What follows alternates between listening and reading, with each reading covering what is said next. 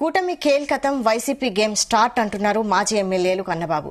చెలో తుని కార్యక్రమానికి వెళుతున్న వారిని గొల్లప్రోలు వద్ద పోలీసులు అడ్డుకున్నారు. పవన్ కళ్యాణ్ అడ్డా మమ్మల్ని చూసి భయపడుతోందన్నారు. తాము సంఘ విద్రోహ శక్తులమా, మమ్మల్ని ఎందుకు అడ్డుకుంటున్నారని నిలదీశారు. తుని పురపాలక సంఘంలో వైస్ చైర్మన్ ఎన్నిక కూడా నిర్వహించలేని దుస్థితిలో కూటమి ప్రభుత్వం ఉందని ఆరోపిస్తున్న మాజీ మంత్రి కన్నబాబు, మాజీ ఎమ్మెల్యే చంద్రశేఖర్ రెడ్డిలతో మా ప్రతినిధి సాంబశివరావు ఫేస్ టు ఫేస్. అణువుగాని చోట అధికులు మనరాదు అన్నది గోదావరి సామెత. తుని పురపాలక సంఘంలో ఇదే సామెత వర్తిస్తుంది. 30 మంది కౌన్సిలర్లు ఉన్న తుని పురపాలక సంఘంలో 30 మంది కూడా వైసీపీ కౌన్సిలర్లు ఉన్నారు. తర్వాత 10 మంది టీడీపీలోకి వెళ్తే 20 మంది వైసీపీలో ఉన్నారు. అందులో ఒకరు చనిపోయారు, ఒకరు రాజీనామా చేశారు. అంటే టీడీపీ 10, వైసీపీ 18. ఖచ్చితంగా బలం వైసీపీ వైపు ఉంది. 4 సార్లు రాష్ట్ర ప్రభుత్వం ఒక మున్సిపాలిటీకి సంబంధించి వైస్ చైర్మన్ ఎన్నిక నిర్వహించలేని దుస్థితిలో ఉందని మాజీ మంత్రి వైసీపీ ఉత్తరాంధ్ర కోఆర్డినేటర్ కురసాల కన్నబాబు చెప్తున్నారు. ఈ రోజు కూడా 4వ వాయిదా పడింది. ఈసారి ఎన్నికల కమిషన్ నిర్ణయం తీసుకోవాలి. అసలు వీళ్ళని రోడ్డు మీద ఎందుకు ఆపారు, ఇంటి దగ్గర అవసరం ఎందుకు చేయలేకపోయారు ఒకసారి అడిగి తెలుసుకుందాం.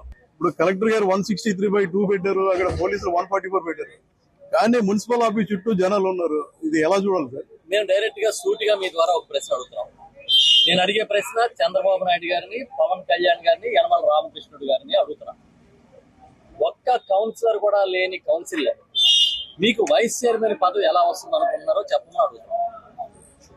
కనీసం ఒక్క కౌన్సిలర్ అయినా మీ సింబల్ మీద గెలిచిన ప్రజాప్రతినిధి అక్కడ ఉన్నారా ఆ కౌన్సిల్లో? లేకుండా మీకు ఎలా వస్తుంది అనుకుంటున్నారు మీరు? అంటే ఏంటి?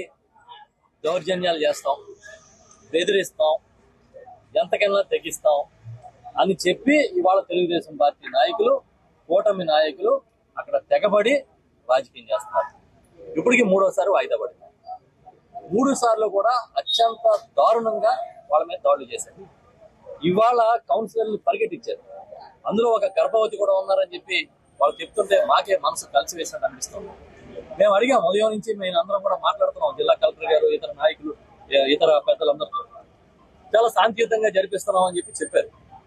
ఒక బస్సు పెట్టి ఆ బస్సులో కౌన్సిలర్లు తీసుకెళ్ళడానికి దాడిశెట్టి రాజా గారు ప్రయత్నం చేస్తే ఆ బస్సు తాళాలు తెలుగుదేశం వాళ్ళు పట్టుకుపోయారంటే ఇవాళ 144 సెక్షన్ ఉంది, నిషేధాజ్యం రావద్దని చంద్రశేఖర్ రెడ్డి గారిని, నన్ను, అనంతబాబు గారు, అదేవిధంగా పిల్లి సూర్యప్రకాష్ గారు, సిటీ మన పార్టీ అధ్యక్షురాలు ప్రసన్న గారు, ఇంకా చాలా మంది వివిధ హోదాల్లో ఉన్న నాయకులు అందరూ వస్తే ఈ గొల్లపోలు ఇక్కడ ఆపేశారు మమ్మల్ని ఈ టోల్ గేట్ దగ్గర. 2-2.5 గంటల నుంచి ఇక్కడే ఉన్నాం సార్. పైగా ఇక్కడ జామర్లు ఎందుకు పెట్టారు సార్? ఇక్కడ మీ దగ్గర జామర్లు ఉన్నాయి, పని చేయట్లే, ఫోన్లు పని చేయట్లేదు. మేమేదో సంఘ విద్రోహ శక్తుల్లాగా మా చుట్టూ పోలీసులు మోహరింపు చేసి మమ్మల్ని ఏదో బంధించినట్టుగా బిహేవ్ చేస్తా ఉన్నారు. మేము మా నాయకులకి సంఘీభావం చెప్పడానికి వెళ్ళడం తప్ప, ఒక కౌన్సిలర్ లేకుండా ఎన్ని గెలుద్దాం అనుకునేవాడే తప్పలేదంట. మేము అందుకే అడుగుతున్నాం, పవన్ కళ్యాణ్ గారు, ఈ జిల్లా మంత్రి గారు, మీరు దీని మీద ఏం చెప్తారు? మీ అభిప్రాయం ఏంటి? ఇది మంచి పద్ధతేనా? ప్రజాస్వామ్యబద్ధంగా జరుగుతుందా ఎన్నిక? ఒకవేళ జరిగితే ఇది కరెక్ట్ అని మీరు అనుకుంటే అదన్నా ప్రకటించండి కూటమి తరఫున. లేదు తప్పు అయితే ఇది తప్పని చంద్రబాబు నాయుడు గారు, పవన్ కళ్యాణ్ గారు, అదేవిధంగా యనమల రామకృష్ణుడు గారు, ఎందుకంటే ఆయన స్థానికంగా నాయకత్వం వహిస్తున్నారు కాబట్టి వారు కానీ వీళ్ళందరూ చెప్పాలి.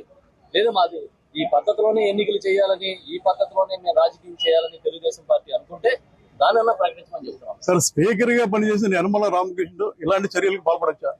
మేము అదే అడుగుతున్నామండి. యనమల రామకృష్ణ గారు ఎమ్మెల్సీ గారు, వారి కుమార్తె ఎమ్మెల్యే గారు, వారికి రూల్స్ కొత్త కాదు. రామకృష్ణ గారు ఈ రాష్ట్రానికి రూల్స్ నేర్పించిన వ్యక్తి. అలాంటి వ్యక్తి అసలు ఈ రకమైన ఎన్నిక జరుగుతుంటే ఎలాగ ప్రోత్సహిస్తున్నారు? సార్, మీ హయాంలో మేయర్ పార్టీ మారినప్పుడు చిన్న ఇన్సిడెంట్ జరగలే, సాంప్రదాయబద్ధంగా జరిగింది. కానీ రెండో వైస్ చైర్మన్, మొదటి వైస్ చైర్మన్ కూడా కాదు, ఆ ఎన్నిక కూడా జరపలేని పరిస్థితిలో పార్టీ ఉందంటారా? ఇది చాలా దారుణమైన పరిస్థితి అండి. ఎప్పుడు కూడా జిల్లాలో, ఎస్పెషల్లీ మన జిల్లాలో ఈ వాతావరణం లేదు. అసలు చైర్మన్ తిప్పుకోవడం అయింది, వైస్ చైర్మన్ తిప్పుకోవడం అయింది, డిప్యూటీ మేయర్ మార్చిన పరిస్థితులు ఉన్నాయి, మేయర్ని మార్చిన పరిస్థితులు ఉన్నాయి. కానీ ఎక్కడైనా సరే మెజారిటీ వాళ్ళకి గౌరవించుకుని ఆ చేయడం జరిగింది తప్ప ఇది ఒక్క కౌన్సిలర్ కూడా లేనటువంటి వ్యవస్థలో ఇలా చేయడం కరెక్ట్ కాదని నా యొక్క భావన. ఇది అందరూ ఆలోచించాలి. ఈ రోజుతో అయిపోదు. ఇది ప్రతిసారికి ఈ రోజు ఆలోచించు, మేము చేయొచ్చు, కానీ సంస్కృతి అయితే మారుతుంది. ఈ సంస్కృతి కరెక్ట్ కాదని నా యొక్క భావన. ఇది పరిస్థితి. అసలు మ్యాండేట్ లేకుండా 30 మందికి 30 మంది మీకు గెలిచినప్పుడు ఇద్దరు ఒకళ్ళు చనిపోయి ఒకళ్ళు రాజీనామా చేసిన 28 మా చేతిలో ఉన్నప్పుడు దౌర్జన్యం చేస్తూ ప్రజాస్వామ్యాన్ని కూనీ చేస్తూ ఈ విధంగా వ్యవహరించారు. ప్రజలు అన్ని గమనిస్తున్నారు, తగిన సమయంలో బుద్ధి చెప్తారు. ఈ ఆందోళన కేవలం మేము చేసేది నాంది మాత్రమే. ఇక్కడ నుంచి వైసీపీ సత్తా ఎలా ఉంటుందో కూటమి ప్రభుత్వం తెలియజేస్తాం. ఏదైతే పిఠాపురం నియోజకవర్గ ఎమ్మెల్యే ఉప ముఖ్యమంత్రి ఉన్నారో ఆ అడ్డాలో మమ్మల్ని నిలిపేశారు. దీనికి ఆయనే సమాధానం చెప్పాలని మాజీ ఎమ్మెల్యేలు చంద్రశేఖర్ రెడ్డి, అదేవిధంగా కన్నబాబు చెప్పడం జరిగింది. సాంబశివరావు, జీ న్యూస్, కాకినాడ.